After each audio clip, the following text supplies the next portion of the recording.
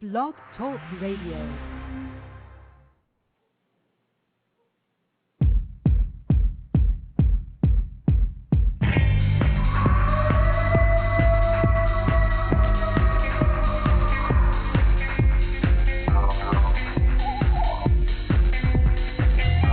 Welcome to Sasquatch Watch Radio with your hosts, Billy Willard and the Blog Squatcher. Strap in, hold on tight, get ready, because it is about to go down.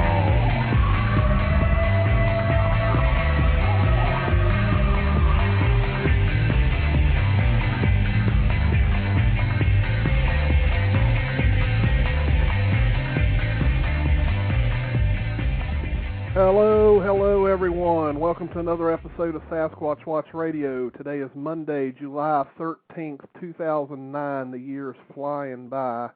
I'm Billy Willard, your host, and let me get on my great and wonderful co-host, Mr. D.B. Donlin. I have returned. He has returned from the depths. From the depths of the Chesapeake Bay. where they have very, very poor internet service. Yeah, it's well, how was your time out there? Well, we had a great time, except for the mosquitoes. I mean, we were all eaten alive by mosquitoes, basically. But otherwise, we had a great, my boys are 8, and they're just getting into fishing. Right. And that's about all you could do there. And they just loved it. Oh, fishing, I bet. Crabbing and stuff. Did they catch a bunch of fish? No. No, we couldn't catch any fish, unfortunately. We could only catch crabs, but, them's good eating. Oh, well, hey, it would have been fun, though, if they could have caught a little bluegill or something, just something a little small. Hey, I'm sure they would have had a ball watching you take it off the line. Well, they would have been watching their aunt take it off the line, because she's the fisher among us. I'm like, I probably haven't really been out fishing for years. Yeah, it's been a long time since the last time I went fishing, I think I was deep sea fishing, and that's really fun, by the way. If you've never done deep sea fishing, once you get the hang of it and you listen to the mates on the ship, like if you take a charter boat out, and they kind of give you the hints, all the little, the secrets. Once you learn it, man, you're reeling them things in like crazy. It's fun. We did do that once. Not with my kids, though, but a while ago. Yeah, that's we had a lot of fun doing that, except that the weather got kind of poor at the end, and then you have to come all the way back in with the boat heaving and hoeing, and you're like, I don't know if I can make it. That part I could do without. But, I enjoyed the fishing part.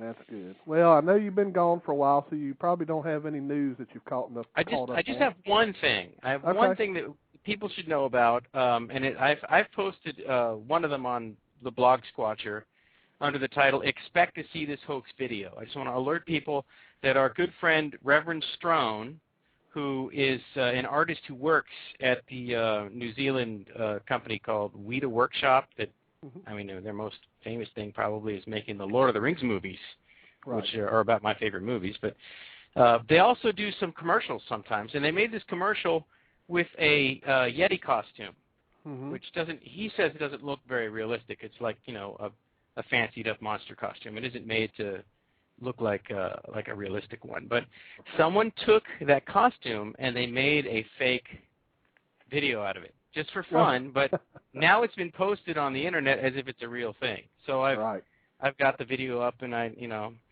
don't think it would have fooled a lot of people because the costume is kind of cheesy looking. Yeah. But the filming is pretty good, of course, because they're professionals. Right. Well, it's probably one of those bad takes, like one of bad costumes, similar to what the Sci-Fi Channel shows. I tell you what, man. Those movies, I can't remember which one it is because I can't keep up with them, but there was one that was the ugliest looking thing I'd ever seen, and God, I hope Sasquatch don't look like it. That's all I got to say. But anyway. All right, well, it's good to have you back, DB. We missed you last week. Everybody was really looking for you, so I would think that they were having a party in chat because there wasn't anybody in there with the band hammer. Yeah, you wouldn't hear the band people. That's right. So everybody watch out. Be on your toes tonight. DB's back, and he's got the band hammer going. Well, without further ado, we want to bring on our wonderful guest, and I thank him for agreeing to come on the show. I was able to have the pleasure of meeting him at the Bigfoot Roundup up in the state of Washington. Mr. Bart Cutino. How you doing tonight, Bart? How you doing, gentlemen? Good. Pleasure to be here, you guys. I'm glad to have you here, and congratulations on the. I know you're a newly married man. Yes. And congratulations on that, and the baby, and wonderful pictures. A beautiful child. I've seen on your website or on your Facebook. Oh, thank you so much. Yeah, so, we're just thrilled, absolutely thrilled. It's always fun. Always fun. Well, Bart, since we got you on the line here, we've already got callers, but I'm going to ask those callers to just hold on. I don't know if they're calling in to ask you a question or if they're just calling in to listen to the show, but if y'all could just hang tight. I want to at least give Bart the opportunity to kind of introduce himself for folks that may not know Bart, kind of get everybody familiar with what you do in this field and how long you've been doing it and what really got you involved. Sure. First off, I wanted to thank you guys again for having me on, and it was great meeting you, Billy, in Washington finally, a month and a half ago, and it's good to hear DB's voice on here because we've got so many mutual friends, and I know we spent some time in the BFRO together, but of course, being across country. But no, thrilled to be here, and we got a lot going on. But I actually started, I want to say about 6 years old is when I first got into it, and I think it was a combination. Back here, just to give you a little quick of the history in Monterey. I know I've talked about it before, but I'm Sicilian descent on both sides, and both of my nanus, so my mom's dad and my dad's dad, they were both fishermen. They came right from Sicily, and they fished all during that time, the sardine era, with Steinbeck, and for years. And both of them, all the Sicilian fishermen at that time, there's a big Sicilian community here locally, and they all had seen some large, mysterious, long-necked, dinosaur-looking thing in the bay. We kind of call it our version of the Loch Ness Monster, which, going back and looking at the description of it, I think might have actually been an oarfish, which is a serpentine-like fish that has a red mane and can easily be mistaken for something like that. And that combination, I think, getting me into, the science of unknown animals. And then my brother, who's about 10 years older than me, had a passive interest in it. And then I had a cousin in Sacramento that really kind of had done some reading up on it and kind of told me all the old classic stories, and that just kind of got me going. And I was pretty much, I kind of was pretty much armchair and followed it as much as you can. The internet came out, and but I was never 110% convinced that they were real. I mean, I was pretty sure you go through those periods, not having seen one at the time, that, you believe, you don't believe. And I had never interviewed witnesses until I actually did get out in the field in 2004. Right. And that was the first, it was one of the first BFRO expeditions. And, went out, ended up meeting all the guys I get out with now, Tom Yamarone, Bobo, Cliff I met soon after, of course, Matt. And I had a great time on there, and it was just great to finally step out in the field. And at that time in 2004 was actually the time where I was kind of like, I really started having doubts around that time. And just going on the expedition, at that time, Kathy Bob Strain were in the group, John and Montre Freitas. I mean, we had, it was a pretty full group, and everyone was at that expedition because it was one of the kickoff ones. Right. So I had a great time, and, me and Matt hit it off, really good, and we come from similar backgrounds, both sons of successful fathers in their respective professions, and just had a lot in common, and especially, the objective and the interest, and It was probably about 3-4 months later he'd asked me to join the group, and didn't have anyone there in that Central California area I'm in. And I was kind of hesitant at first because I was never, when I went to as Fresno State, I never wanted to join any of the fraternities. I was just friends with all the guys, so we'd go to all the parties. We used to call it GDI. I just never was big into the group thing. But I'm glad I did it. Agreed to do it, and came on board, and then down the road joined AIBR. Just had a lot of friends in there.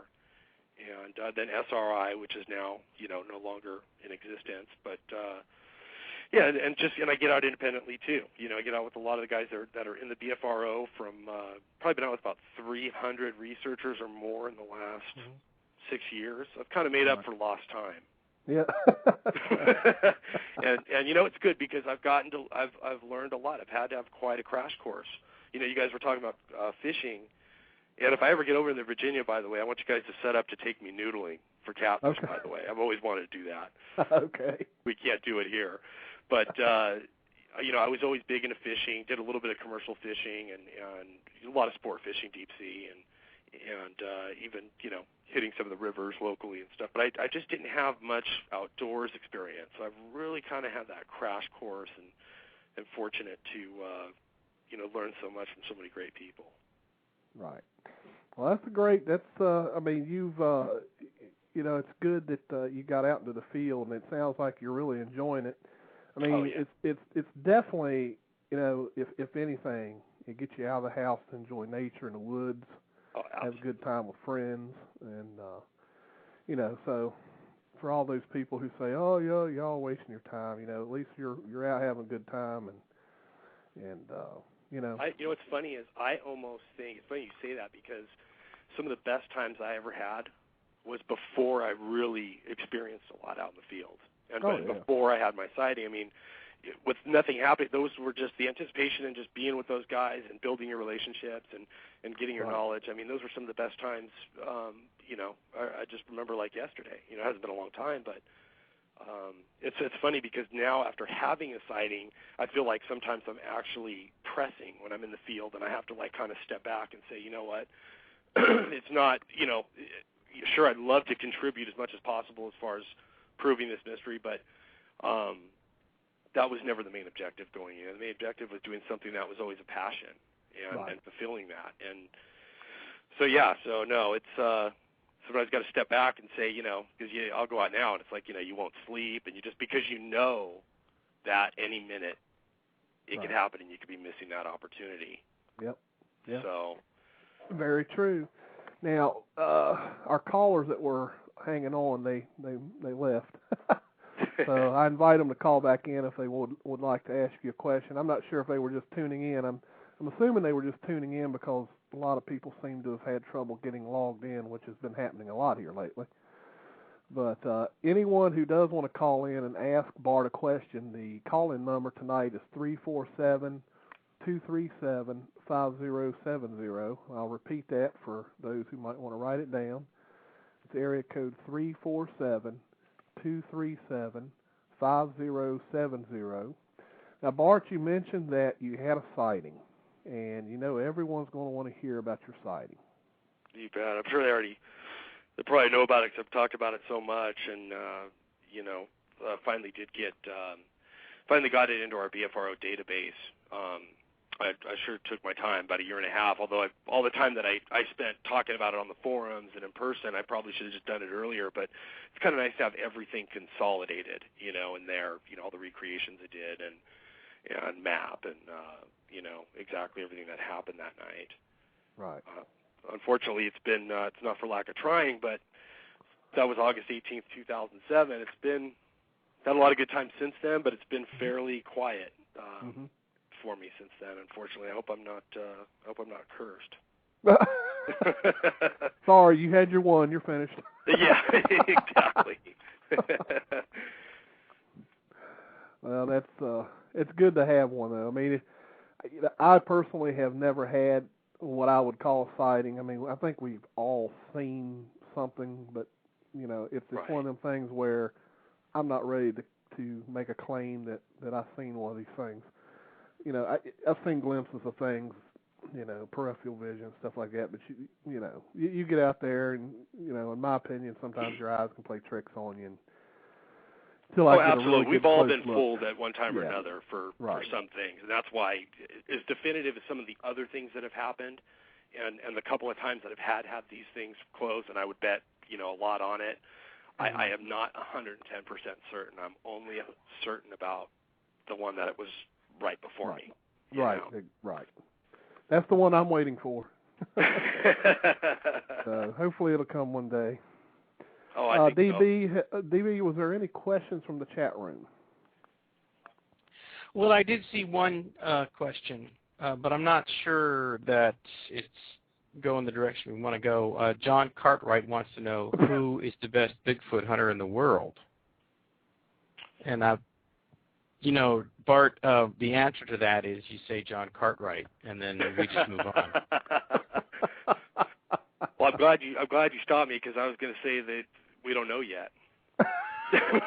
Yeah, it makes the life for everybody a lot easier if you just say John Cartwright, and then we can go to the next thing.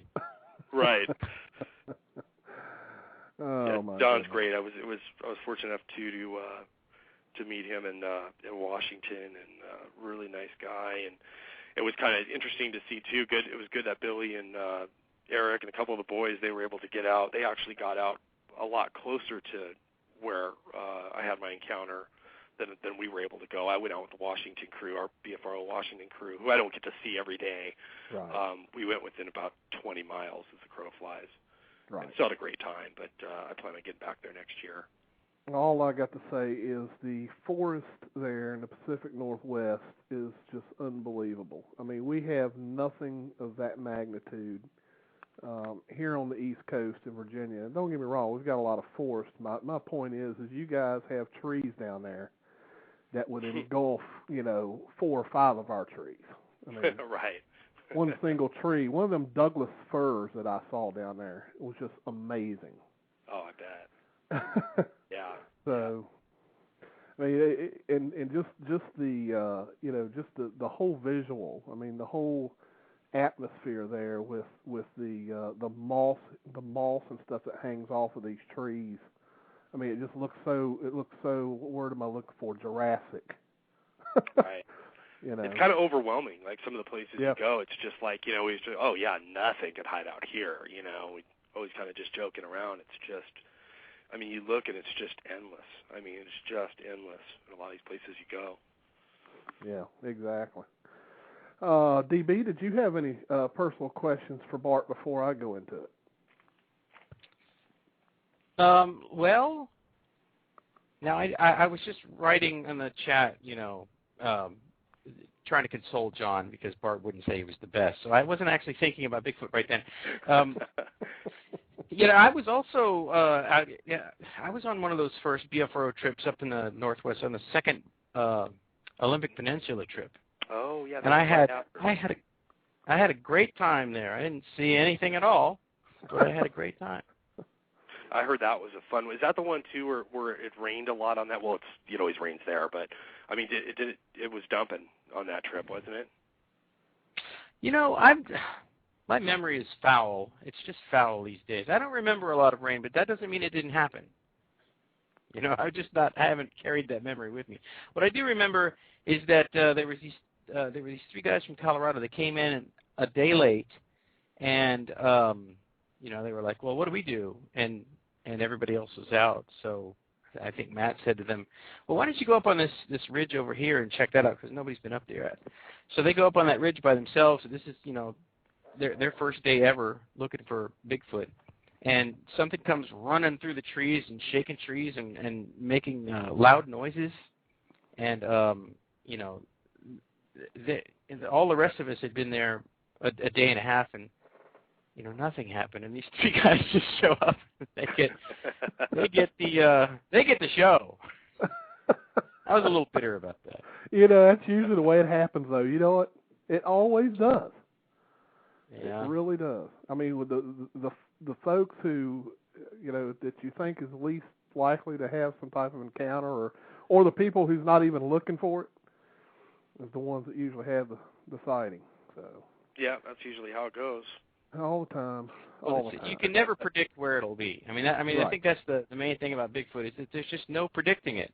Yeah. So if you had the thought, well, these guys were late, they just came here, nothing will happen to them. Well, of course, you can't predict that. You don't know what's going to happen.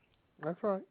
All right. Well, we got a couple callers on the line. I'm going to pick them up here just to make sure, see if they're listening or if they just want to ask a question. I think that this first caller, which is the 419 area code, I think that might be Indy. Am I correct? Yeah, that's me. How you doing? Pretty good. You want to say hello to Bart, Indy? Hey, Bart, how you doing?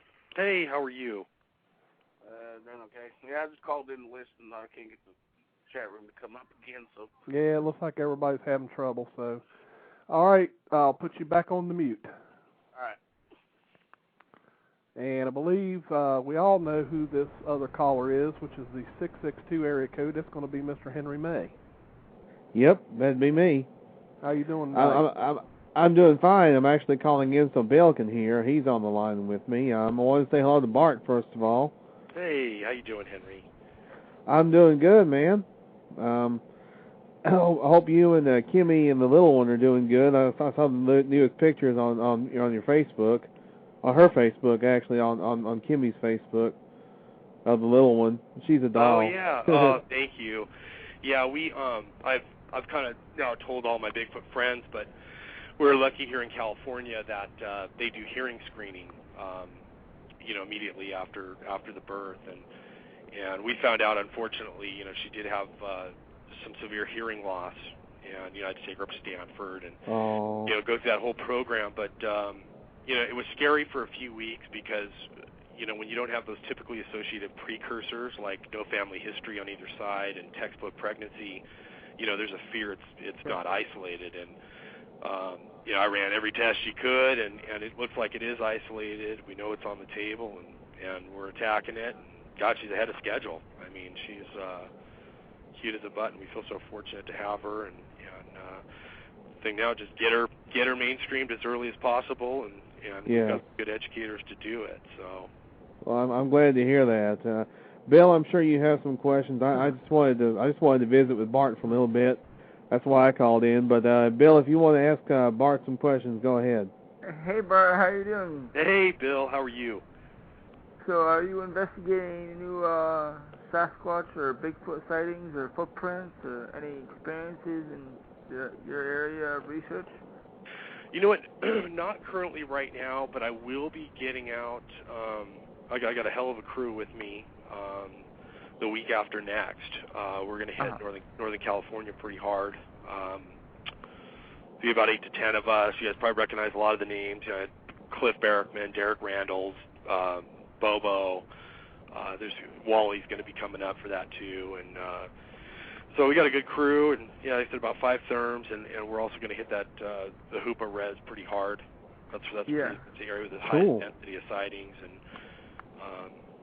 this time of year. If there's anything I've learned, I mean, of course there's no perfect way, and you kind of learn as you go. But one thing too, and I credit Moneymaker with teaching me that pretty early, was not to, unless it's very recent, is not to chase the sightings. Read the topography. Where the food source is going to be at what time, where the ungulate's going to be. That's just one of the things that we try to focus on more than the history, of a certain area. Yeah. And we'll be up there for about 5 nights, and we've got a great crew. Looking forward to it. It should be good. I'll let you know, Bill, if we have any luck out there. Okay. Let's see.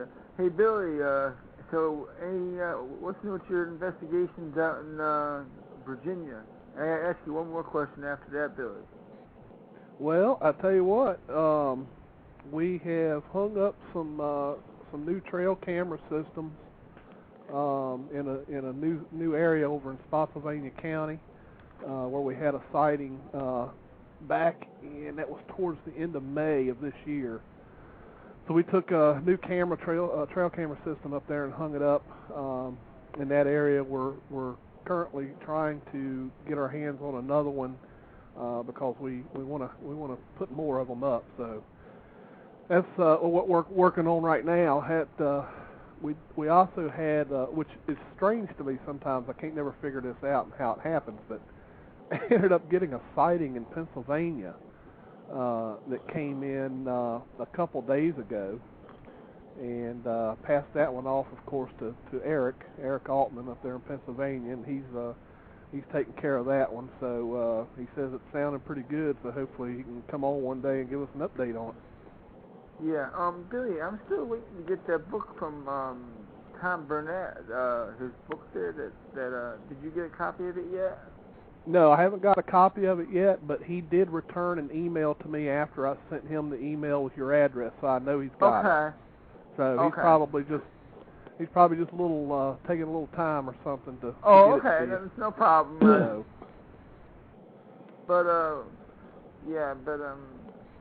So are you still investigating that other sighting location of that recent report there, or out in Virginia? We're still on top of the other one that everybody knows is called Catharpin, Virginia. Yeah. So we're still on top of that too. We've had a trail camera out there since November of last year. The only Are thing you using we've recons, got, Billy? No, we're actually using the new stealth cams that they came out with. Oh, yeah, okay. They have the stealth cam. They've got one now. It's a 6 megapixel. It'll run both.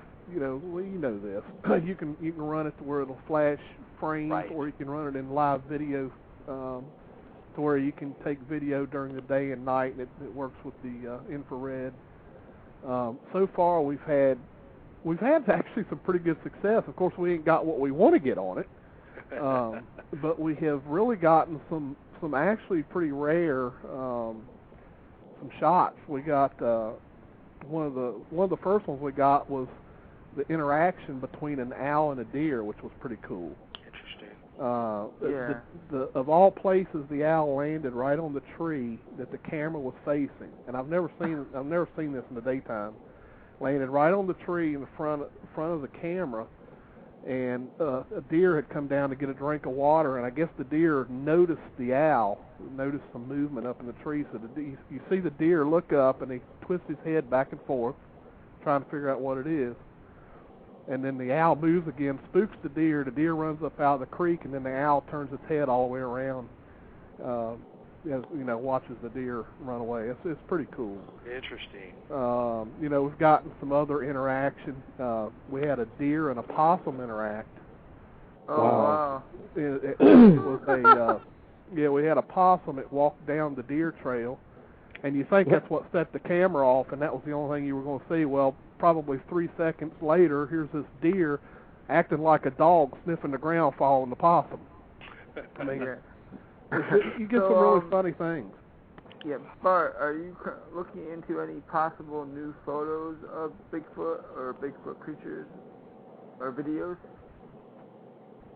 I think, you know what, I've got a big interest in, and it's going to be coming up here pretty soon, and I know, Billy, you got a chance to see it in Yakima. It's my friend Mike Green's thermal footage from North Carolina. We got to see it played twice over there. And, if you're not familiar with the black and white thermals, I could see how someone would be kind of unimpressed. Right. To me, it almost brought a tear to my eye, because it was like, to be honest with you, I think it's probably the first footage, even including the PG film, that I would probably double down on right now, that I think is real. Just by the way it moves. I mean, it looks almost exactly like the one I saw. Right. You can only see that upper body for most of it, but you do see the long arm kind of reach for a candy bar and a stump, and it was on an incline. And but there is parts of that footage. We saw it fairly quickly. It was twice, Billy, right, that we watched it? He played it back to back. Okay.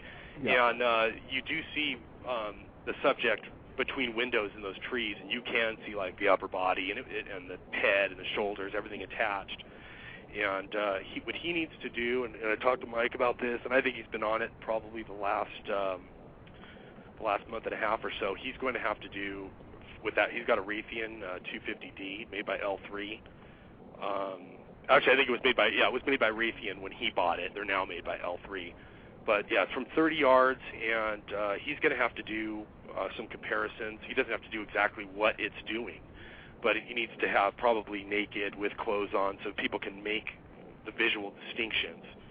And I'm looking at having got a new thermal dealer that I've hooked up with and hooked Wally up with, and he's going to get me an expert, an L3 expert, to examine that footage and maybe give a professional opinion on it. It'll at least tell us. He's not going to say, oh, that's a Bigfoot, but I think what we're looking for is, it's a naked animal. You guys decide what it is, but what you're looking at is what it is. That can't be a clothed person. That's probably as far as it'll go, but that would be tremendous, because a lot of people just don't have the experience with those proprietary units. And I can understand, their perception just from seeing it for the first time. Right.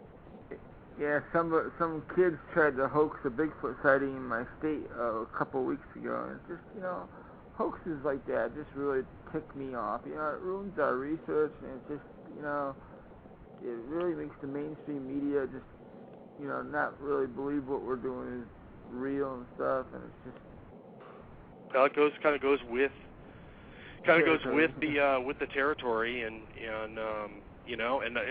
I'm for one, as though I'm definitely now a knower, but even when I was a believer, I honestly believe that this field is absolutely littered with hoaxes.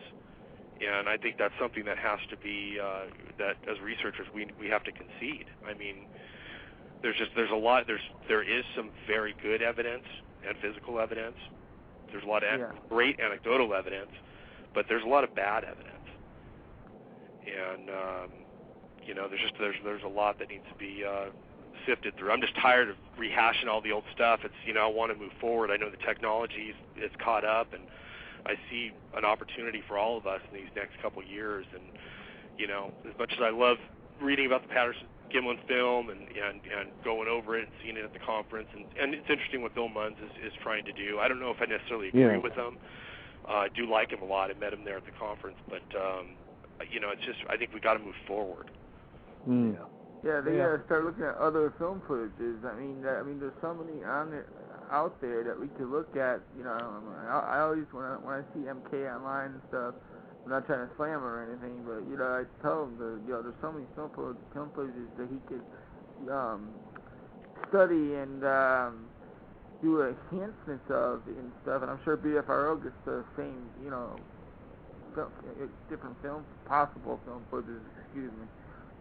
Every once in a great while, Oh, it's a ton. There's a ton of footage out there, Bill. I'm sure that Matt probably gets bombarded with people sending in video clips and pictures and photos and just about everything. It's there's a lot of it out there. You see a lot of it on YouTube, but a lot of those, are. I've never seen one thing on YouTube where it was like, even for a minute, it was like, it's just so ridiculous. There was one on YouTube that actually looks, I don't know, it could have been real, but I'm not sure. It shows like a reddish-brown creature running through some redwoods or something like that, and it was a clear sunny day or something like that, and, it could be real, could be fake, who knows, I don't know, there was a couple of them that really makes you look, Yeah, it's one of them things. You would figure anyone putting something like that up on YouTube, you would figure that would be the last place they would post it. So yeah, I think a lot of these people are just trying to make us all think that they have something when they don't. But I agree with Billy on that. I've always too had this big thing, and I've in recent media interviews, and I try to. It's just I want to see kind of us distance ourselves from the name Bigfoot as well, because it's just I think it's the name has done a lot of damage. Obviously we all know the name was created in 1958, but all plurality is lost, and it just gives your everyday person the perception that we're all chasing one mythical animal with a perpetual lifespan, and it's just hard to get around that. How many times, that's the question you get the most from people that are uninformed about the field is, is there only one? There's only one. We wouldn't be wasting our time. It's funny. It's funny you say that. A lot of people even to this day, still think that it's just that one. They say, oh, yeah, you talking about that one when that one was walking across that sandbar? Yeah, he gets around, doesn't he? But it's great when they ask you, though, and they're like, when they're asking, I mean, some are asking and they kind of have that half-ass smirk on their face, but it's the ones that ask and they kind of like think that it could be possible, and there's only one, and those are the ones that's like, all right, we got to start from the beginning here, Right. That's right. All right, well, thanks for calling in, Bill and Henry. Did y'all want to hang on the line? Is that what you wanted to do? Since Bill got back in the chat, I think he can be able to listen to the show. Yeah, I did have one more question. One more question. It's regarding the Monster Quest episode from the other night and the correlations that they did, the GIS guys did.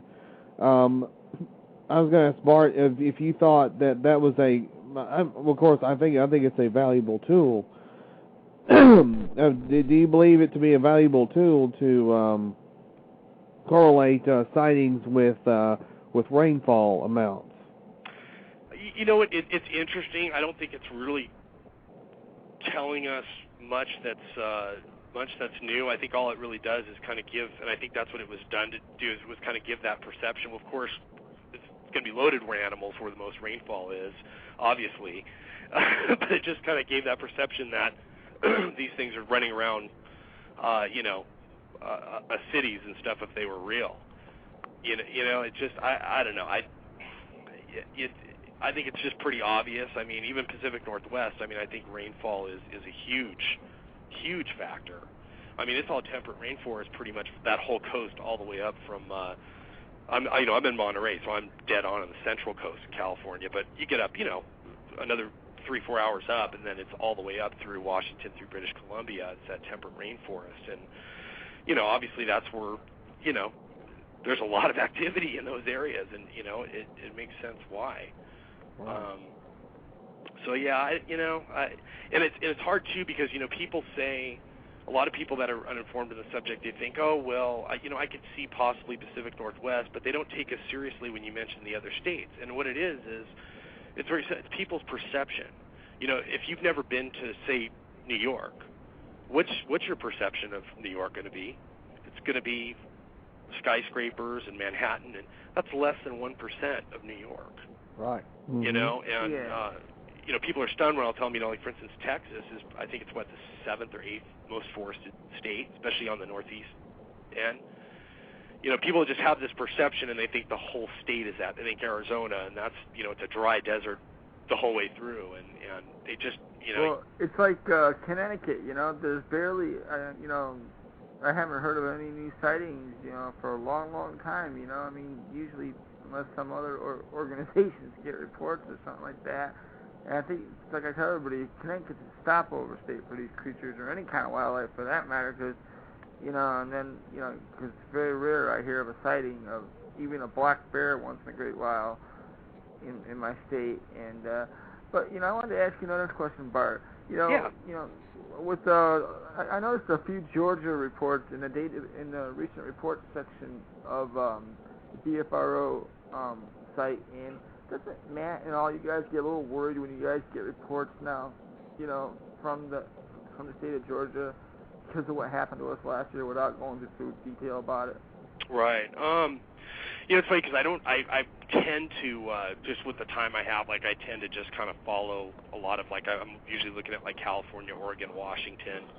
It's just, I don't always, go back and read, all the recent reports. I think I did see, though, that you're right, that there was quite a few in there from Georgia. And I'm sure it's on, we've got a couple of good investigators over there. And I know that it's something that's definitely considered. I mean, the Georgia hoax was just what upsets me most about the Georgia hoax, and it was great because I really got to work with Long Tapper and just trying to get. I mean, we all knew it was BS, but I'm saying just to kind of work together and butt heads and break it all down and see how everything unfolded. And we still don't have all the answers on it, but it's frustrating in the sense that if you're just an everyday person, your perception is, how many different of these Bigfoot people is there going to be? They're probably all sitting there. They were all sitting there on pins and needles, hoping that this is going to be the real thing. When in reality, 95% of us knew it was a joke. did everything we could to prevent it from happening. And it's very unfortunate. Yeah. Oh, I know. Just like I tell everybody, sometimes you gotta stay one step ahead of the hoaxers and stuff, just to keep track of their movements, because it's just, I'm not just talking about the Georgia hoax. I'm talking about other people that try to hoax us, because when you don't do that, and then if they try to strike you again, it's just it just really like I was saying, it just really ruins your research in a lot of ways. It's just, the Georgia hoax was a big media nightmare, and it's just... Well, it makes things tough for us and some of our families kind of in the interim because of that perception. But, I mean, when it all comes down to it, the evidence, it doesn't matter who has it, who comes up with it. It's got to stand on its own anyways, or it's not sufficient evidence. So it just kind of really, in reality, what all that does is just kind of, it makes it tougher on us in the meantime. And that's unfortunate, but it comes with the territory, and I tell you, if there's anything I'll accomplish in this field, it's that I'll be shooting for is to further distance this subject from kind of that paranormal moniker that it gets with UFOs and ghosts. Don't get me wrong, I've got a lot of books on it. I love reading about it. It's fascinating, but we're never going to know the answer to those things in our lifetime, most likely. You know what I mean? But this is something that should have been done yesterday and could be done tomorrow. And it's a zoological phenomenon. This is not a paranormal, and I'd argue with anybody on that. Yeah, I mean, when people say paranormal, I read reports where these creatures, blend into, with trees and all this. I'm not saying that they, go through walls and all this other stuff like that. But, I just see, wildlife or even Sasquatches, blending into the surroundings where you can't see them, you walk by them or something, then later on you see them or something, you know what I mean? Well, my argument, too, is people also have this perception that, wherever we've been in North America, it's like this psychological boundary that these animals can't ever cross. And when you really look at it, and if someone just took the time going through Google Earth and really looking at all the states and looking where we're at, I mean, it's just absolutely ridiculous. I think possibly, and I can't say for sure, it's just a totally subjective opinion that there might be more now than there has ever been. But I think in a lot of ways, if they can make the necessary adaptations to us, that we may have made things a lot easier now, not harder. And what I mean by that is a lot of the human manipulation, for instance, like I know I've talked with others before about clear cuts. With a clear cut, you basically just created an environment where sunlight is going to penetrate, that's going to grow more undergrowth, berries, saplings, and it's going to force more deer and other animals to congregate. And you basically just made it easier as an area, a predictable food source area. And I think, too, with, for instance, a lot of these old logging roads, I mean, just think if they can get from point A to point B without having to negotiate all the thick terrain, the less caloric intake that it's going to be over, if we're talking over a long period of time. You can hear the vehicles come. I mean, even though, we do have night sightings through the vehicles, whatever, but it's argumentative if that's on purpose or, they're just casually strolling across or whatever. But, I mean, you can hear the car. Your truck, how far away? I mean, some of these roads, they don't, see one logging truck, maybe one vehicle a week.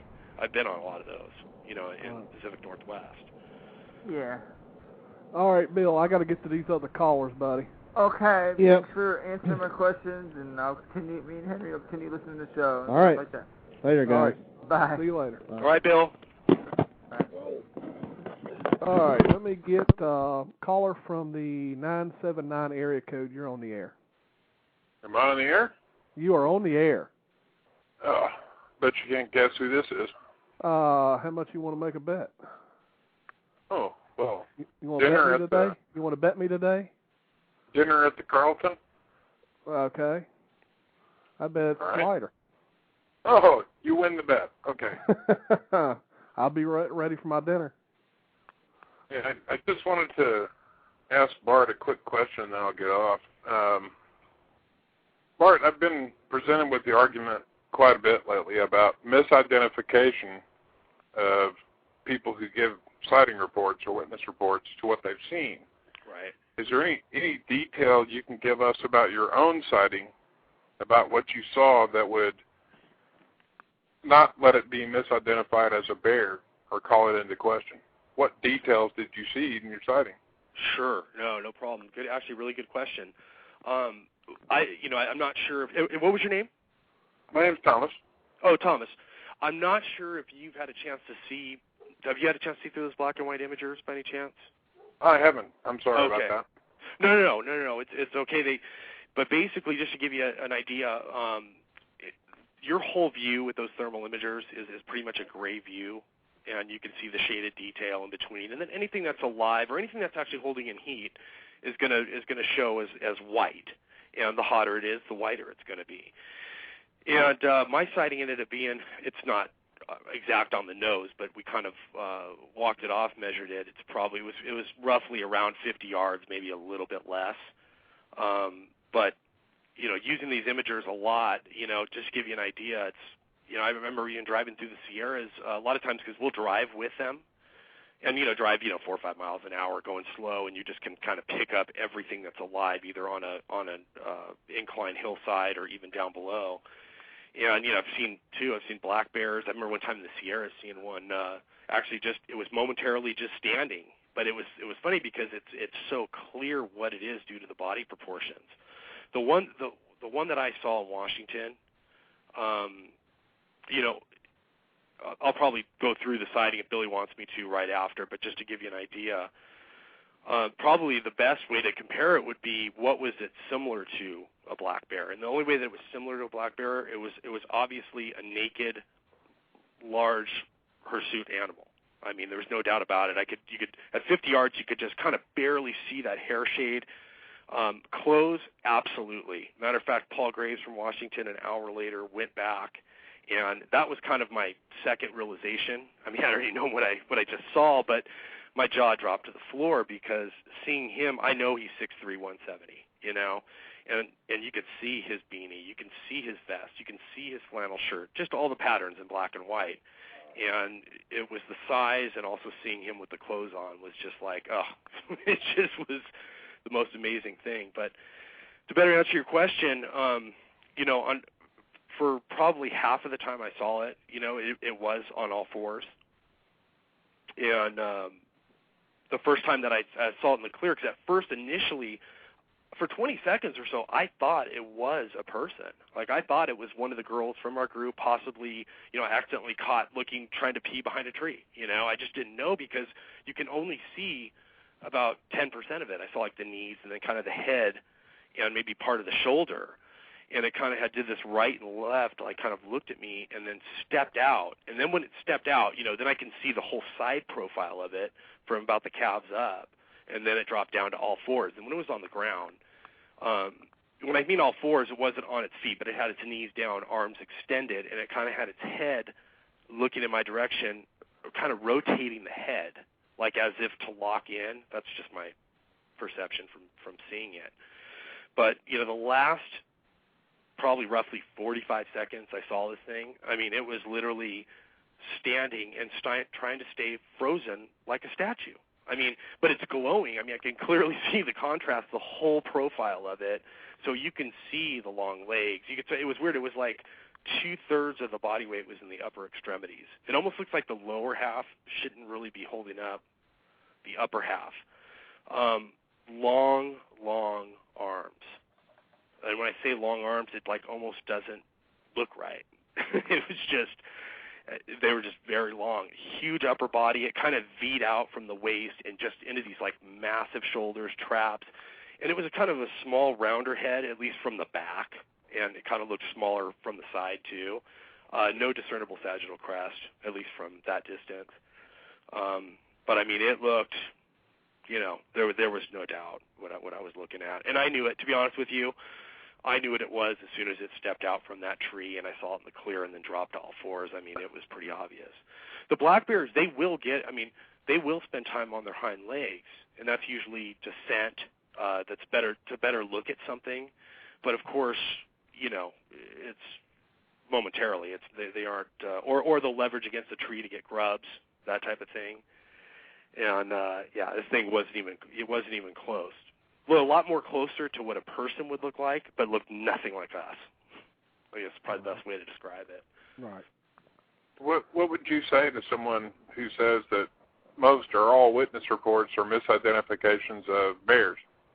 Oh, I'd love to have that conversation with anybody, because I love talking about the psychology of somebody interpreting an unknown animal event and then all of a sudden creating a bipedal primate encounter. I would argue the other way. Now, just being in my shoes and knowing for sure that they are real, how many people possibly have had an encounter with one, but they only saw like part of it, or just maybe a little bit of it, or heard it, or whatever, and you're going to think it's an animal that you can relate to before you're going to assume it's this unknown animal that's supposed to be a myth. So I think at some point too, and believe me, I respect a lot of the skeptics' arguments, but I think that instead of patronizing a lot of the witnesses where it's obvious, you have maybe multiple witnesses, like your guy's buddy, Drew Guinness. I think that's a fascinating sighting. There was 3 witnesses total? Yep. I think there was 2 of the guys, FBI guys. Yep. I mean, you're almost getting to the point where you're patronizing witnesses who, I can understand something brief, they see something in a flash, but when someone says they clearly saw something, maybe walking across their vehicle, or, that's not going to be a misidentification of a bear. Bears do not do that. Not for very far. No. Okay. Well, you answered my question. I just wanted to put that out there because I hear those kind of arguments all the time, and quite frankly, those arguments seem a little lacking to me in their validity as an argument. Well, it's also, too, that one thing that I don't like seeing Bigfooters concede is this, they throw the statistic out, well, you can explain 90% of them, but the 10%, it's that 10%. I absolutely disagree. I think there's a lot of garbage. There's a lot of people that can say they saw this or that. They don't have, they have no evidence to back it up. But I think saying 10% is that's conceding a lot more than necessary. Give me an estimation and your thoughts for every person that makes a sighting report on a website somewhere. How many people are there out there that have sightings and never say anything about it? Well, what's interesting is we know that that's the case in the sense that when the internet came out, before there was the BFRO, before there was places to report, where would you report your sighting before? Maybe John Green somehow got a hold of it, or you reported it to law enforcement, ranger station. I mean, if there was no follow-up, but I think what most people do, and I know a lot of people like this, even that live here back home in Monterey, that they haven't seen one here in this county, but I mean, they've seen, Shasta and some of these other places. They just told friends and family, and, they're not, there is no glory in running around say you have a sighting. I mean, maybe to some people there is. I mean, they want, their 15 minutes, but I think most people, they don't care. And what blows me away, too, is a lot of, even just say, we'll just take the BFRO as an example. A lot of those people are not like me. Like, I had the interest my whole life and then got lucky and saw one. But a lot of those people, I'd say probably 20, 30% at least, they could absolutely care less, no interest in the subject whatsoever, then had the sighting event, and all of a sudden now it's like a passion. And I think that says a lot. Yeah. Yep. All right. Well, you answered my questions very adequately. I appreciate you taking my call, Billy. All right. Thanks, Good Thomas. night, Miter. Thanks for calling in. All right. Bye-bye. All right. Now, see, we have, before I get to this next caller, I've been neglecting Mr. DB. DB, do we have any questions out of the chat? I haven't seen a single question in chat, but I could tell you that, that's gone. I know that somebody said he was going to call in and listen to the show on the phone, but I thought it was going to be a different phone number than what I see there. So You just go get those phones, because I don't recognize the number. Yeah, I think that's a Skype caller, so let me grab that one real quick. Caller from Skype, you're live on the air. Are you there? Hello, caller. I see a Sasquatch. It's your mom's pussy. Oh, that's nice. That sounded like JC. Hey, I always bring out the best in people. That was, you sit there and think, I'm going to call into on the show and I'm going to say something, and that's all you come up with. That is so lame. What's wrong with that guy's parents? Yeah. JC, by the way, I was just joking. I know it wasn't you. Bruce says, that did sound like JC. Oh, my goodness. We get them all, man. I know, JC. I was just kidding. We get them all, man. All right. Can you hang on for a little bit? Bart, we're going to go to a quick commercial, give everybody a break and a breather, and JC likes to take a pee break about now. Sounds good. How much time do you think it'll be about? Probably about 4 minutes. Perfect.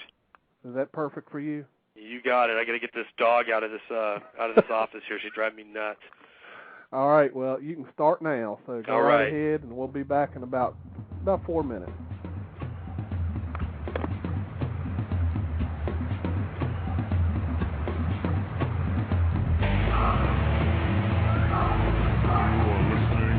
Sasquatch Watch Radio. Stay tuned.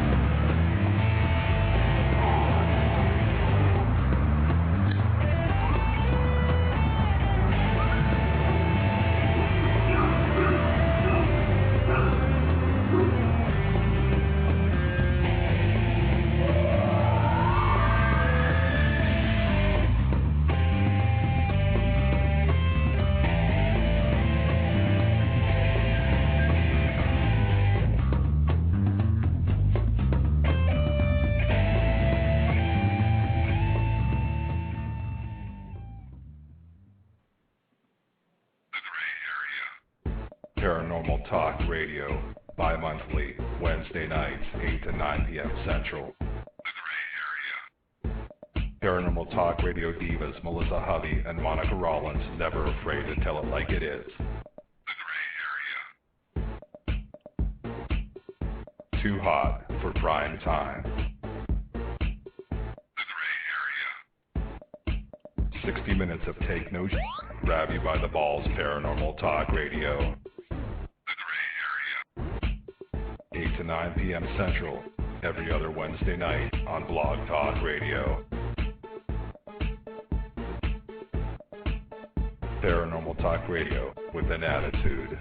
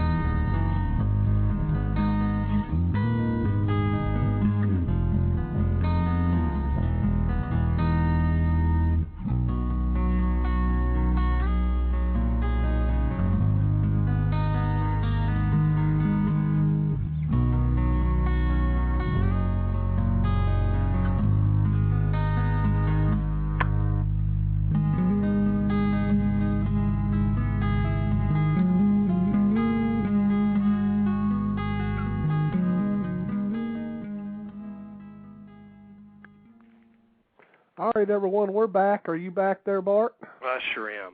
All right, well, that worked out just fine. Yeah, I need to tell you something, though, Billy. Go ahead. As soon as you said we're going to the break, the chat crashed my whole computer.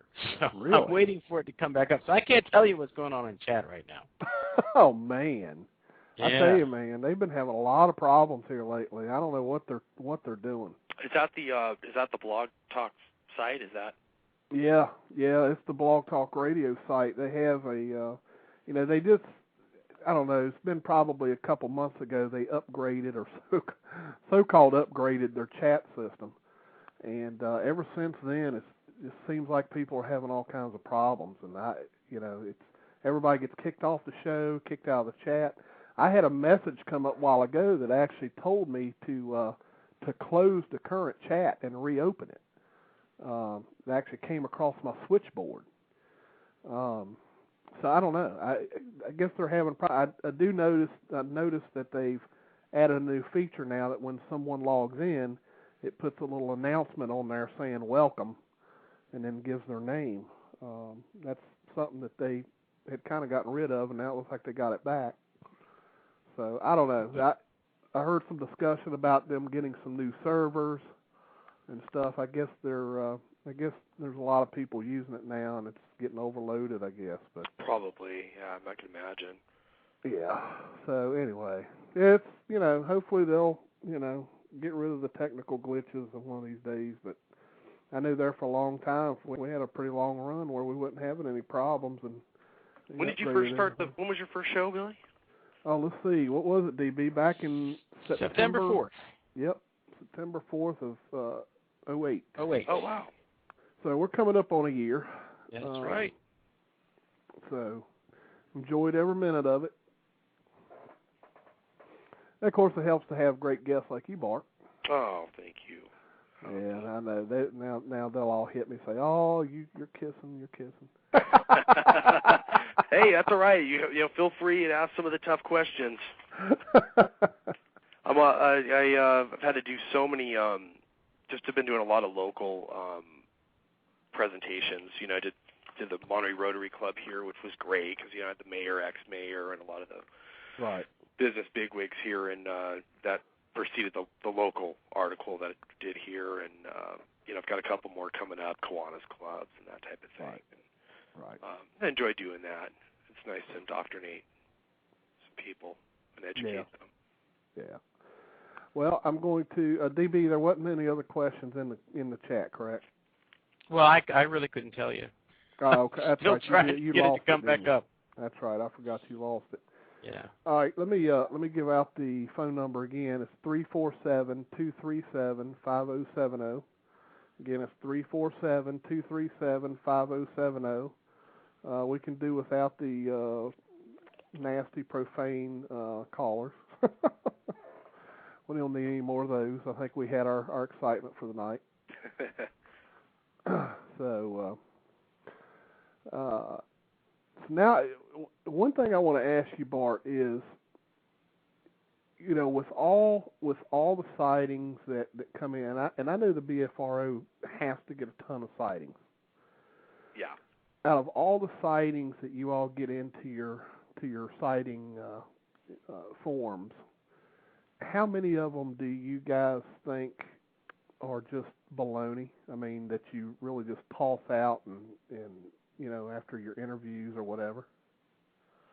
Unless it's like an obvious, a real obvious joke or hoax or, those ones that are obvious, I mean, it's just, it's tossed. But I'll usually at least do, at least a call, if nothing else, just to get entertained for an hour. But I've,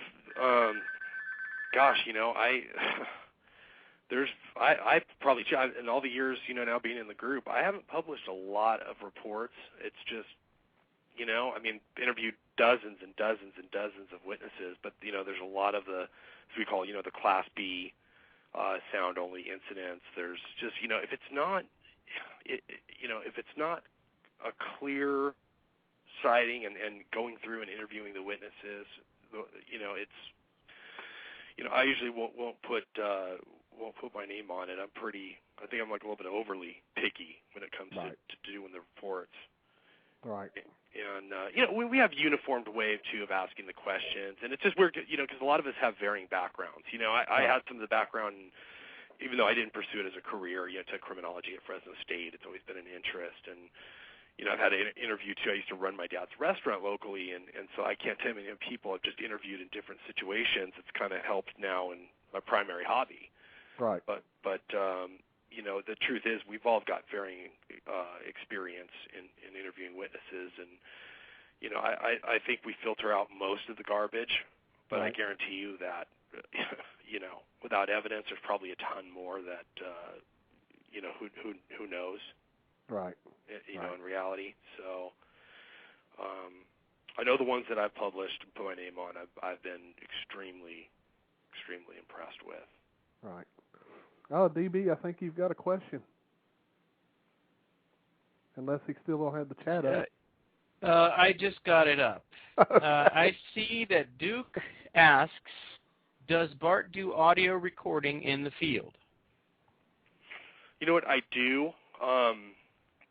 Not as, I don't go as far as, say, our mutual buddy Stan the Man, Courtney. But, I do always carry like a digital Olympus with me, and I do as much audio recording as possible. We haven't, we've kind of gotten away from the call blasting, and just tend to use more, if we are going to do any kind of call blasting, just using our voice instead of, say, for instance, we used to use a lot of like Tahoe Scream and Ohio Howl, and I've even used, the Ohio Scream before, which I think is a barred owl. Ohio Howl, I think, is definitely unidentified and could possibly be a real vogue, but and also too, using some of the different animal sound, like the doe grunts, and I've even used a human baby crying. Mm-hmm. It's actually pretty eerie to hear out there. It's the baby just progressively falls apart after about 3 minutes. But as a way of, of drawing interest, when you got Bobo, it's great because he's the best at doing the calls. There's another one, DB. I see that. It is from Andy Drew, and he wants to know, do you think we're any closer to solving this mystery? And he wants you to know he used to live in Fresno. Oh, wow. Well, I wonder if that's the guy I'd interacted with before through private message through, I think, BFF before. There was a guy, too, from Fresno that used to be a football player.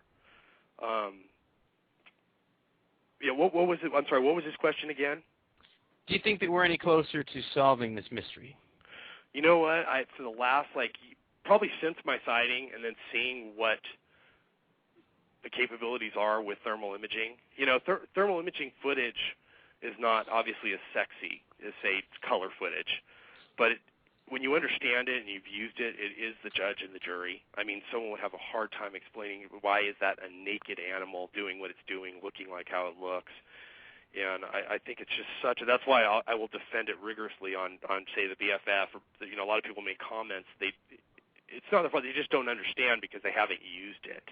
And they kind of speculate on, what they think experts or scientists are going to say is sufficient, insufficient.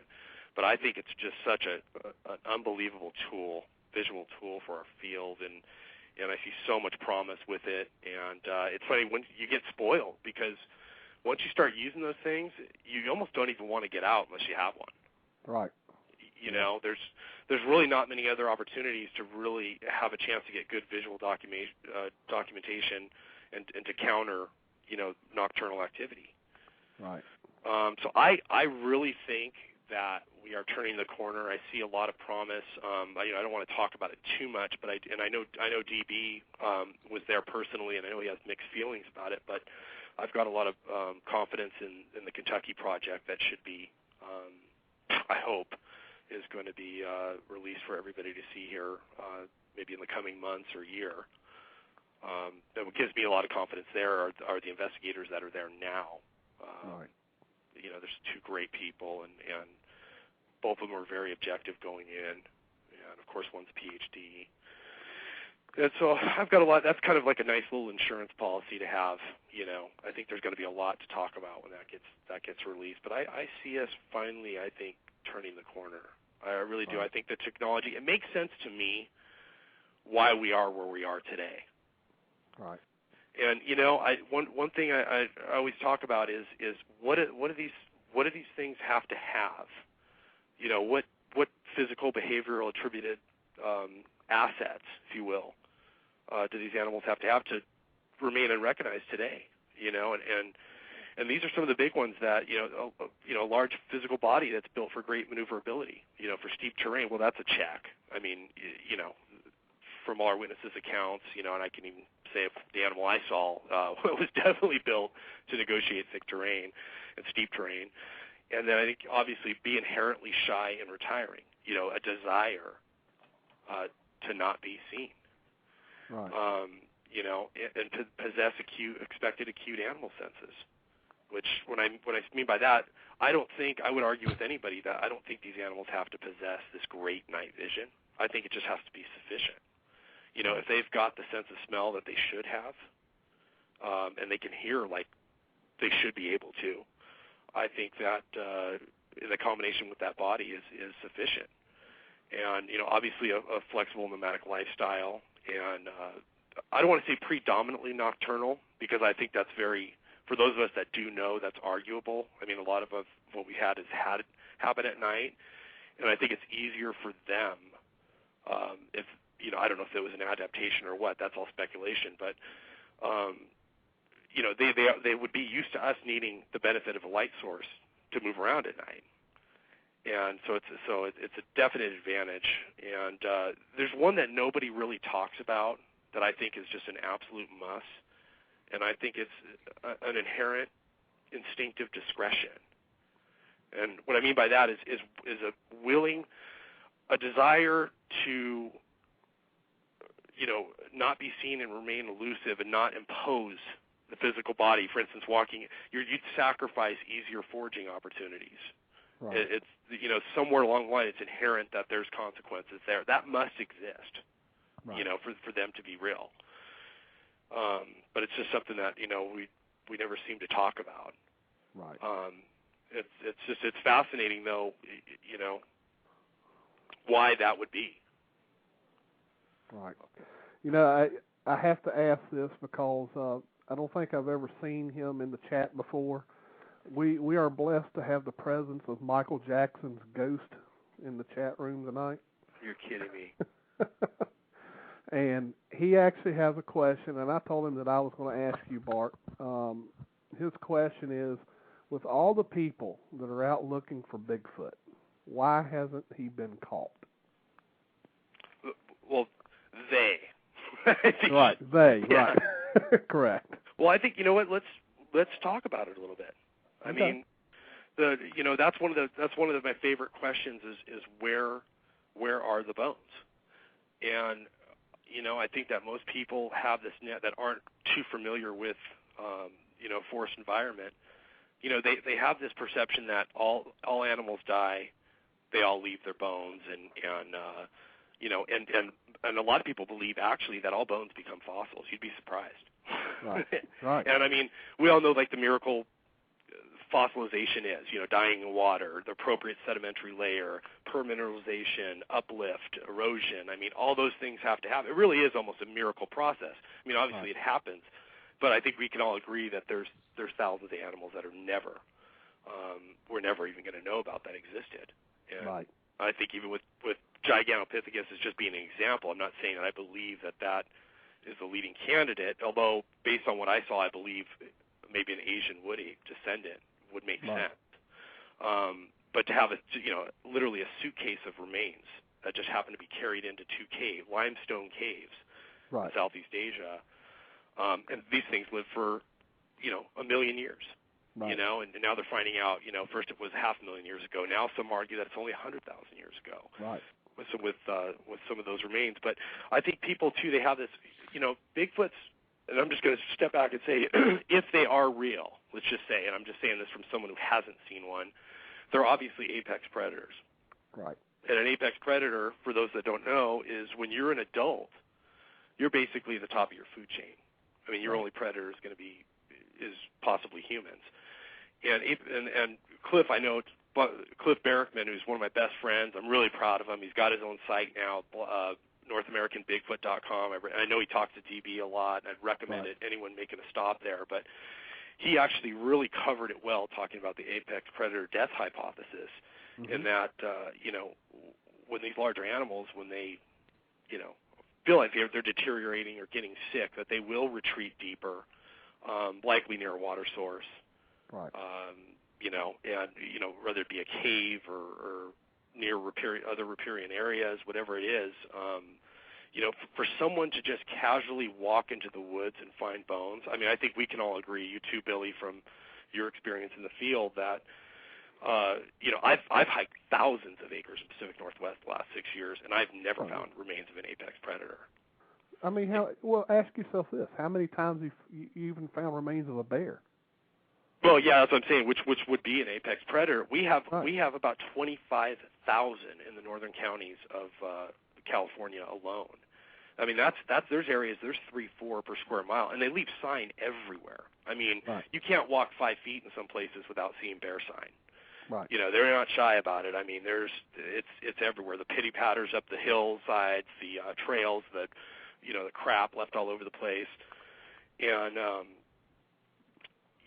I've probably found, I think, remains of 2 ungulates before, deer, and I think elk too. I have, and but just think about this. So for someone to have a chance find, I know the numbers have got to be, even regardless if you're just venturing into the wilderness, with your family, or you are, a quote unquote balls out backpacker, you're still going to take the easier negotiated pathway, and most are on the human trails that you're going to go.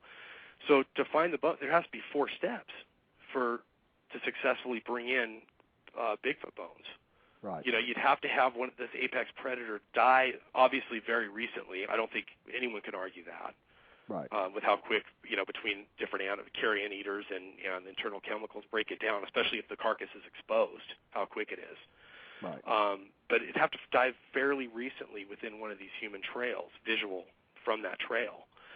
And then you'd have to recognize it as being something significant. And Cliff used a great example. Like, he could just picture someone, say, in Minnesota, finding a Bigfoot femur bone and assuming it's a moose, because those bones are all scattered. The rodents need it for calcium, and that further disperses all the bones.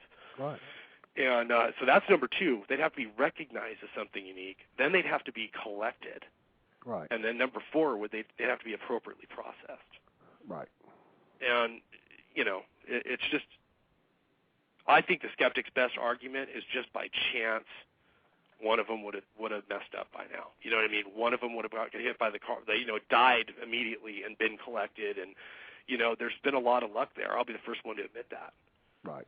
But as far as chance finding bones, I mean, my prediction is it's going to be a lot better footages. DNA, bones are going to be last. Right. Right. Now, DB, I think I've seen a ton of questions, and I apologize if you've lost them.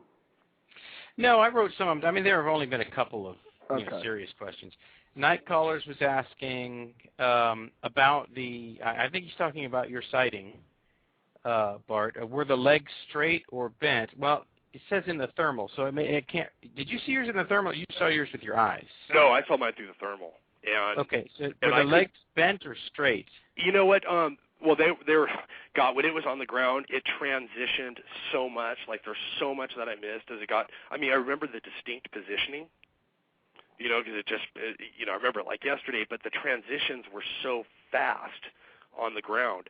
But what was interesting is, I'm glad he brought it up, because when it was standing up and it had its back to me, that last half a minute, 45 seconds I was watching it, it got like a little bit further back into this, and it was in the clear. The funny part is I never saw its feet the whole 2 minutes, but I saw everything else. And when it had its back to me, I could see the calves all the way to the top. And, you couldn't, I know that left foot looked like it was forward and bent. But what would have been interesting, though, if there was a way that, we could have had footage of it, you'd be able to go back and see, do the knees bend as it walks? It just so much happens so quick, and you kind of focus on certain anatomical aspects of the subject that you miss a lot in that, with everything else going through your mind as it's happening, Right. But I think I was just telling somebody today, though, the greatest part about it is just, it's that feeling. For me, it wasn't scary, and it's not just because I'm this fearless Bigfoot researcher. It was because through that thermal, you can see the contrast and the distance. And also, I had the psychological comfort of knowing that so many of my companions were nearby. But it was so surreal to see it. And the thoughts going through my head, especially towards the end, I'll never forget, is just like, most people don't believe this is real, and there it is. It's like right there in front of me, Right. And, it's amazing. You just remember it. It's something you never forget. And, right. I mean, I can remember everything from every minute detail from that day that has absolutely nothing to do with the sighting whatsoever. It's just, besides my baby being born and me being remarried, it was the greatest experience of my life, by far. Right. Yep. That's great. Keep going, DB. Well, let's see. Mater KV wants to know if there are any new reports from Plaskett Creek. Plaskett Creek. I think I took one down there from the year I was born in '74, if I'm not mistaken. I think if Plaskett Creek, I'm thinking is down south, well below Big Sur, down the coast. I think that's where he's talking about. There might be another Plaskett Creek though. If he is referring to what's below Big Sur, I haven't had anything recent. That is an area though that, and I know I've talked real briefly with you, DB, about because someone had either sent in a report or told you something that was going on. You had a contact down here. Right. And that's an area that I'm going to be spending a lot of time. I'm kind of indoctrinating my cousin into the field. He gets out with me periodically here and there, but when he comes to Northern California, this will be the first time he has to commit for 5 nights and go where we're taking him. And, he's great. And this is an area here that's very interesting because there hasn't been a lot of documented reports, but the reports they are just unbelievable, including a Southern California psychology professor who saw one while boar hunting near Hunter Liggett. That's a military base down there by King City down south. It's about 60 miles down south of me. But there's the thing that's interesting about this area, though, is that you look on Google Earth, is in Northern California, there's roads, so you can get to so many places, albeit desolate roads. But here, there's not that many roads. There's a lot of residences on them, but there's a whole middle there where there's just nothing. But there's tons of food sources, and it's just you got to get back in there. I hiked back there 3 miles a couple weeks ago, me and my cousin. We didn't even breach the national forest area. I mean, it's a lot of it is really steep and impenetrable. So there's some promise there, and I'm definitely going to work that area. I got a new thermal imager going to be getting here pretty soon, and I'll definitely be putting it to use. Oh man, what'd you get? It's called an H series. It's supposed to be released in the next month, and it's black and white like I like. You just get used to that. Right. And I like to have a unit that's mobile, so I can also drive with it. And apparently, it has an SD card, so you'll be able to record some video. Cool. And that's this is the first time it happened. You always had the video out problem, and once you have that video out, the therm dictates what you see to the external hard drive, the camcorder. But you're juggling. It gives off a lot of light. So this is going to be very interesting to get this unit and work with it. Very cool. Very cool. Let me get this other caller that's on the line. Caller, I believe it's a Skype caller. You're live on the air. Hey, Billy, this is Mike, Ref 22. Hey, Mike, how you doing? Doing good, sir. Hey, wanted to ask the caller, I was stationed in Monterey when I was in the Army and did a lot of training in the Hunter Liggett area. Oh. Has there been any recent reports come out of there? Well, you know what? The professors that I was just referring to was 2002. And he came on the first BFRO expedition. It was just kind of interesting. He's, a nice guy, but he was one of those kind of real intellectual guys that you could just tell he's not easy to get along with. And it was one of those guys that, I would never be here with all of you guys had I not, seen what I did. But that was fairly recent. That was 2002, and I've just taken some sporadic reports. I'm trying to think of the last one. There was another road crossing one there in '99 that was near there. I haven't heard anything in 5 years. Yeah, I know that there's been a lot of old reports of sightings in the Hunter Liggett area. Of course, when I was out there, I wasn't thinking of Bigfoot at the time, and I could kick myself in the rear end for that. But from what I've read, that's got a pretty rich history out there. Is military still using that area out there? You know what? They got away from it for like a little bit. I think they came back like just a couple years ago. And you know what's funny is a lot of people that I know here from Monterey, I was never like an actual hunter, but all of my like friends, family, whatever, that's where they all go night boar hunting. Is that whole 100 Liggett area where they can get in. And I'll tell you, man, I mean, as far as there's no reason why they shouldn't be in there because it's not only so desolate, but the food sources, I mean, oak trees, the boars, the ungulates, I mean, it's just loaded. There's plenty of water sources. Yep. Oh, yeah. You know, I mean, if you were there, you know exactly what I'm talking about. Oh, yeah. Oh, yeah. Well, thanks for taking my call. And, Billy, can you mute me? I certainly can. Leave you right on the line there. Thank you, for sir. Calling in. Thank you. All right, and we also have a caller from the, actually, I think that's Night Callers called back in. Is this Night Callers? Yes, it is. Great show. Okay. Did you have a question, or did you just call back in? No, I actually got kicked offline, so I just want to come back here at the end of the show. All right. Thanks. Well, just keep on listening. Thanks. All right. Yeah, I just wanted to make sure because it popped off and then popped back on again. All right. DB, did you have more questions there? I had not gotten any questions that, but I have looked away a couple of times. There might have been something that came up. Somebody will start yelling on, in type if I missed something. But I did want to ask if Bart had noticed whether the military bases were common in Bigfoot reports. We find that in Virginia there's a really large military base. Yes. And we get a lot of reports all around that. Right. You know what? And you hear, which one you hear a lot of too is Fort Lewis in Washington. Mm-hmm.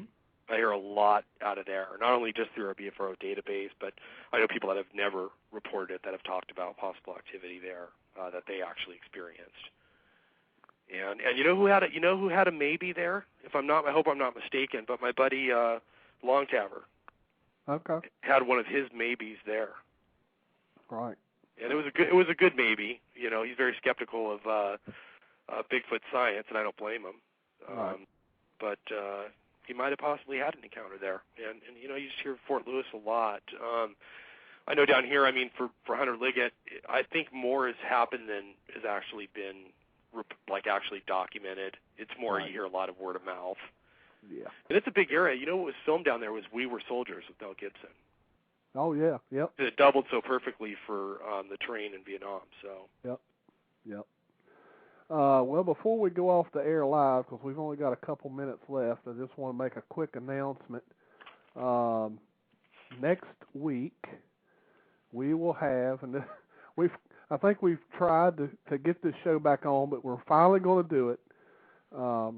Listen up, Bruce. We're going to have the real Hugh, not DB. We're going to have the real Hugh from West Virginia on the show. That's next week. He's going to talk to us about experiences and things going on in good old West Virginia. So we'll have him on the show next week. Don't worry, I'm sure he's going to say something, DB. It's only a matter of time. What would be terrible is if I can't make that show. Then he's going to say, see, they've never been together, so really it's you. Yeah, it probably will happen. That's an ongoing joke that Bruce and DB have. Bart is... it's not my joke. Bruce always calls him Hugh, and I think he originally made a mistake, and he just kept doing it because he knows it really gets under DB's skin. He didn't know that. I mean, there was a long time, unless you told him. There was a long time I didn't say anything about it. I think he got the idea. I think he got the idea when you started banning him. Yeah. He likes that, though. Makes him feel special. Well, Bart, we want to thank you a lot for coming on the show. I know it's taking time away from your new wife and your addition there, and we appreciate it. No, I appreciate it. You guys having me, and always great to talk to you, Billy. And once again, it was great finally meeting you in person. I just hope we'll get the opportunity eventually to get out in the field together, and I hope to do that with DB as well. Right. Yeah, that'd be great. Yeah, it will be. It will be. So thank you a lot, Bart, and we will. I mean, if you get anything good to happen, man, coming up, give us a call. Let us know about it. You bet. I'll get you in the know, and DB could throw it on his blog there. There you go. Yeah. All right. Thanks a lot, Bart. Appreciate it. All right, guys. Thanks again, huh? Yeah. I just said, yeah, that would give me something to write about. Constant morning terror. Oh, crap, what am I going to write about? All right, and I've been told, don't forget, JC will be on Jordan Warner's show this Friday night. I believe it's at 9 o'clock, I think. So tune in to Jordan Warner's new show that comes on Blog Talk Radio this Friday night, and I'm pretty sure it's 9 o'clock. Thanks, Bart. Thanks again, guys. You take care, huh? Yep, you too. All right. See ya. All right, DB, we've wrapped up another show. Did you have anything else that we should discuss? Nope. Well, there was one last question, and I didn't write down the name of the person who asked it, and it scrolled up. It was the biomechanical analysis of the thermal image. Can you use that to prove that it's not human? And we're on archive now, but we could always say that we answered that question. Bart, if you're still there, yeah. Do you know anything about the biomechanical analysis of the thermal image and whether that can prove whether it is or isn't human? As far as the biomechanical aspect goes, I don't know, but I do know, and even through, and I know you saw this, DB, Cliff's, I'm so glad he did it, where he went naked, he went in the costume, he went with his clothes on. There's certain points with those imagers where you can discern, I think the threshold is probably about 70, 75 yards, where all of a sudden a person would just be a person shape and you'd be a corona. So you wouldn't be able to tell if you're wearing clothes. You wouldn't be able to tell any of that. But from probably up to about 60 yards, you know if it's, I mean, it is what it is. I mean, it's either a naked animal, and, you know, that's why to me it's so much more important than color. Right. Mm-hmm. You know, because I don't think as far as I know, there's no way you can manipulate that. Right. You know, the problem is it's not as sexy. You know, people want to see the next Patty. But I will tell you this. If Patty was filmed from the distance she was at through a therm, we wouldn't be arguing. You know, we'd either know it was a guy in a suit or she is what she is. We would know that. Yeah, I agree with you. I agree with you on that. But, you know, I've seen enough of I'm not very familiar with the ones you're talking about, the black and white. Obviously, as you know, I've spent some time with Bill Dringenis. And Bill has that amazing FLIR unit. And, I mean, the thing is just, I know that he has said many a times that if you catch one of these things on one of these units, that he's pretty certain that this is something that can be proven. Yeah, I agree. And he bases that on the fact that, you know, and I don't know all the units do this. I do know that the FLIR unit that he uses has the capability of, you can get dimension measurements. You know, you can get your distance. As you know, a lot of these things have the laser beam that shoots out and it hits the object. It gives you your distance, your body temperatures, your, you know, all kinds of information. At the same time, you can take that image that's recorded into the unit and get dimensions and measurements of height and width and just all types of information. So, I don't know. I guess if we get one that can be analyzed that way, then, you know, it'll be an interesting result. Oh, I'm certain of it. If you got, even with this black and white, the X200 XP, like for instance, if I would have been able to film what I saw, right? I don't know how that could have been explained. I mean, I know it couldn't have been explained away. Right. You know, right. And one of the things is, just to quickly tell you guys, you know, at that time when I first did the show with Melissa Hovey and Teresa, I kind of took more responsibility for it, and I kind of regret that now, thinking back, because, you know, we were really damned if you do, damned if you don't. Because at that time, the way we recorded, you guys are going to laugh, we had to have it on a bicycle helmet, the handheld. Right. And then you had a viewer come up by your eyes, and then you held a backpack in front of you that had the mini DVR and the battery and all the plug-ins. And if, the depth perception, you can't see shit. So, I mean, like, someone would have to walk you like a 90-year-old lady. Right. And, Cliff was pretty good with it. I mean, you could walk on roads with it. But it would have been, even if, say I was able to get Cliff's attention when I was snapping my fingers, all that could have happened would Cliff could have came over and he would have saw it too. We still would have had to retreat to set up. There would have been no way possible. And you know what? I'm glad it kind of went down the way it did, because if we pre-committed those thermal imagers, I would have never picked one up, and I would have never saw one, and we would have never pre-committed down a pathway where there were so many people close by. It was just deceiving because there was another 30, 40 yards of, nothing, and there was vegetation blockage from those people, so this thing was comfortably back there. I mean, no one would ever, if I didn't have the thermal, I would have never known it was there. Right. Yeah, and that's where they come in. That's where they come in handy. And I agree with you to a point. I think that a lot of times when someone first uses these units, you get hooked with it, because you can be out there in the total darkness. You're not emitting any light other than the light that's in the display unit, which you can do something about that. Right. But you're emitting nothing into the woods. Nothing can see what you're doing with that unit. And I mean, if anything gets within, heck, even several hundred feet of you, you're going to see it coming. I mean, this thing is going to stand out like a flame. Absolutely. And you know what we're having too? What's interesting is right where I had my sighting. I know all the guys in our Washington crew, and there's been several thermal sightings like within a fourth of a mile there since that happened in 2007. But this is the problem right now. This is a new unit that I'm going to be getting, the one I was telling you about.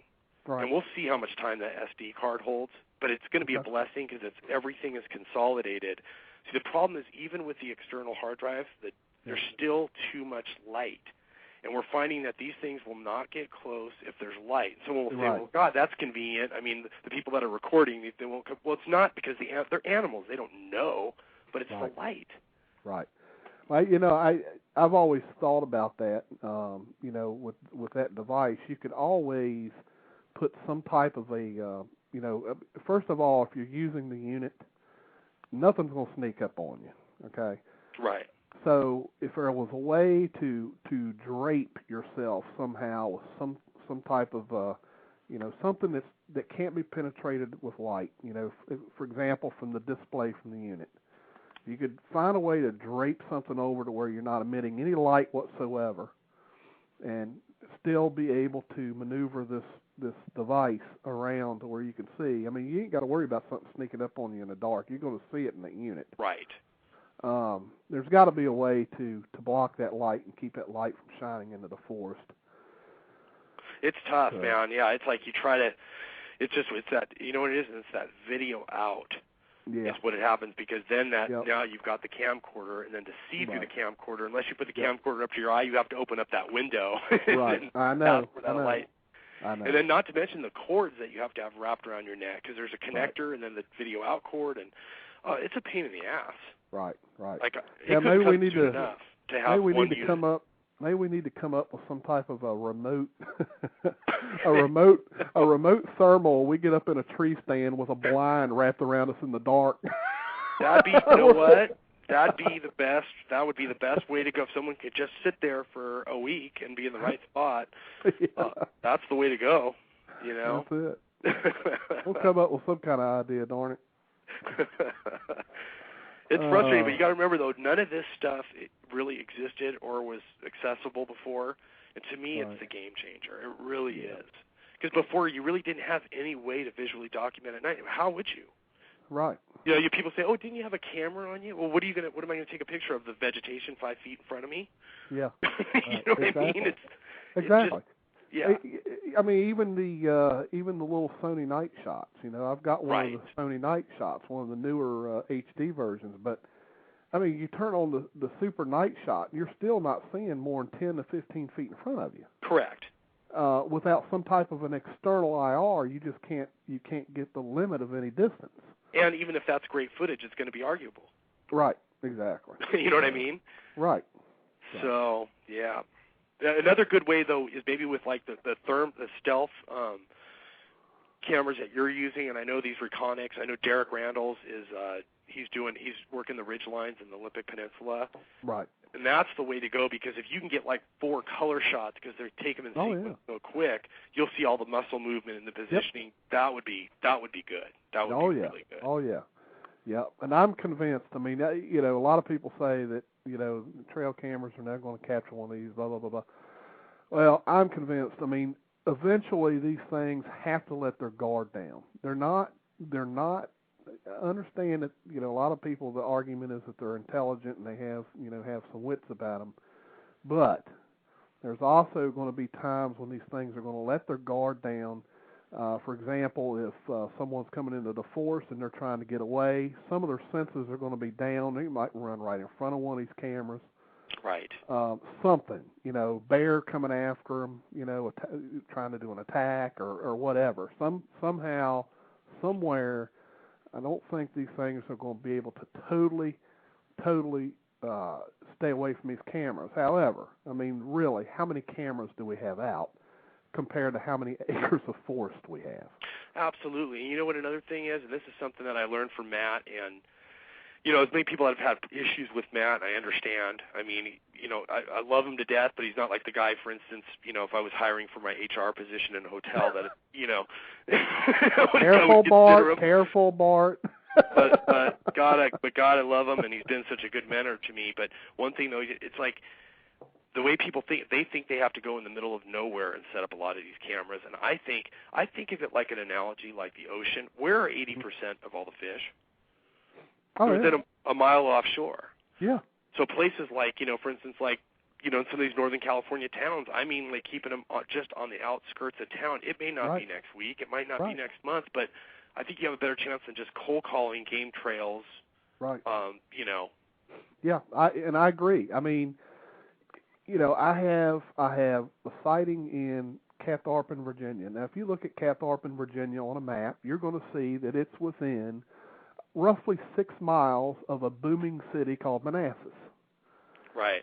However, it's on the outskirts of a rural area. There is quite a few woods that extend into the direction of a mountain called Bull Run Mountain, which, you know, there's been tons of bear coming into Manassas, of all places, right into the city. I mean, we've got, you know, sightings we had a sighting. This took place back. It's been at least 8 to 10 years ago. There was a sighting in Bull Run Regional Park, which is literally a stone's throw from my backyard, right here, close to Manassas. Right. We're talking about 35 miles from Washington, D.C. Wow. You know, all these people that are calling in these sightings, and you know, you talk to them, and you can. I mean, I'm sure you've met people that you look right in their eyes, and they tell you what they saw. You can tell by the reaction that, you know, they saw something. Right. Well, you know what too? And that's another quote that I give Matt a lot of credit for. That really is a brilliant quote. Is that the sightings themselves? It's based on geography. They're not demographic. Right. And, you know, they're not seen by certain people. They're seen by people that venture into certain areas. And I think you really hit the nail on the head with that. Right. And it does suggest an external cause. Right. And then when you stop to think, you know, a lot of people try to say that there's a migration. Now, I'm on the fence with the whole migration theory. I personally think that these things live rather close to us all the time.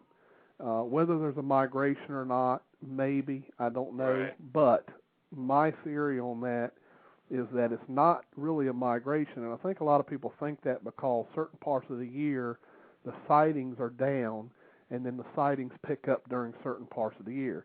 Right. My theory on that is how many people do we have out walking the trails in these national parks and in the forest in the cold winter versus how many people good point. I mean, right versus how many people we have out walking in the forest in the springtime and summertime when the weather is nice. Right.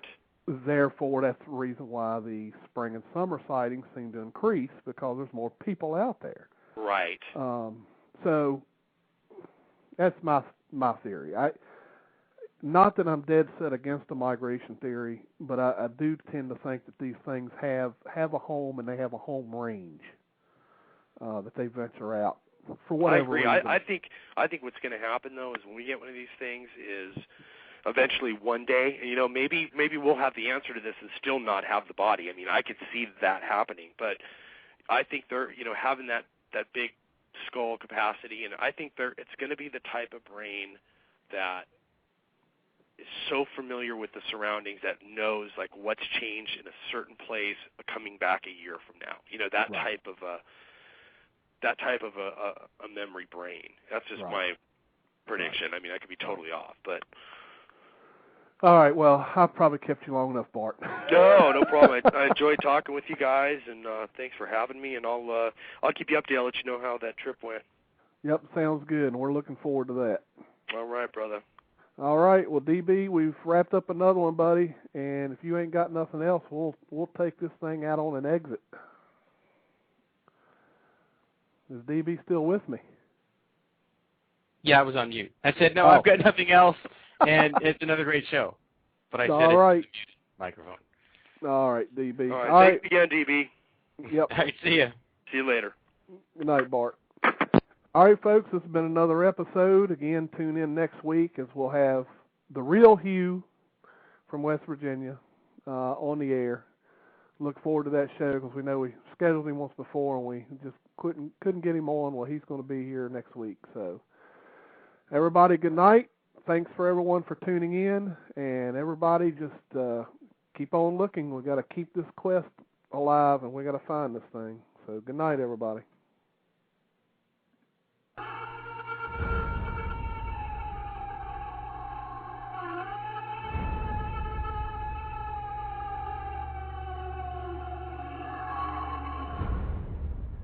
A legend silently stalks the forest around the world,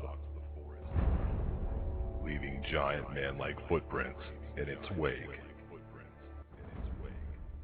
Skeptics scoff while the true believers search for the answers, and those who have seen it will never forget.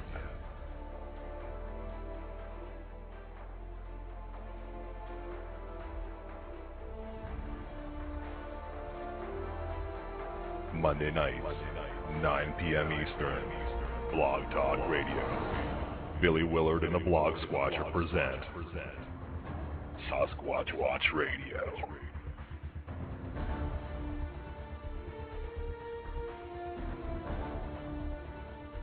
Your hosts Billy Willard and D.B. Donlin bring you 60 minutes of the latest news and information, newly discovered evidence, and interviews with those searching for the truth and those who have seen it. Do you believe? Want to know the truth? It's out there waiting. Monday nights, 9 p.m., Blog Talk Radio. Sasquatch Watch Radio. Sit down, hold on tight, get ready, because it is about to go down.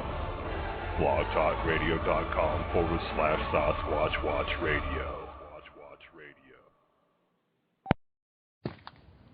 Taking charge of your future starts with taking the first steps. And saving up to $30 a month on Cox Internet with the Affordable Connectivity Program makes those steps easy to take. Whether they bring you to click upload on your first short film, or join now for an online book club. Applying is easy. See if you qualify at cox.com/ACP. Non-transferable, one per household. Application and eligibility decisions are made by the FCC.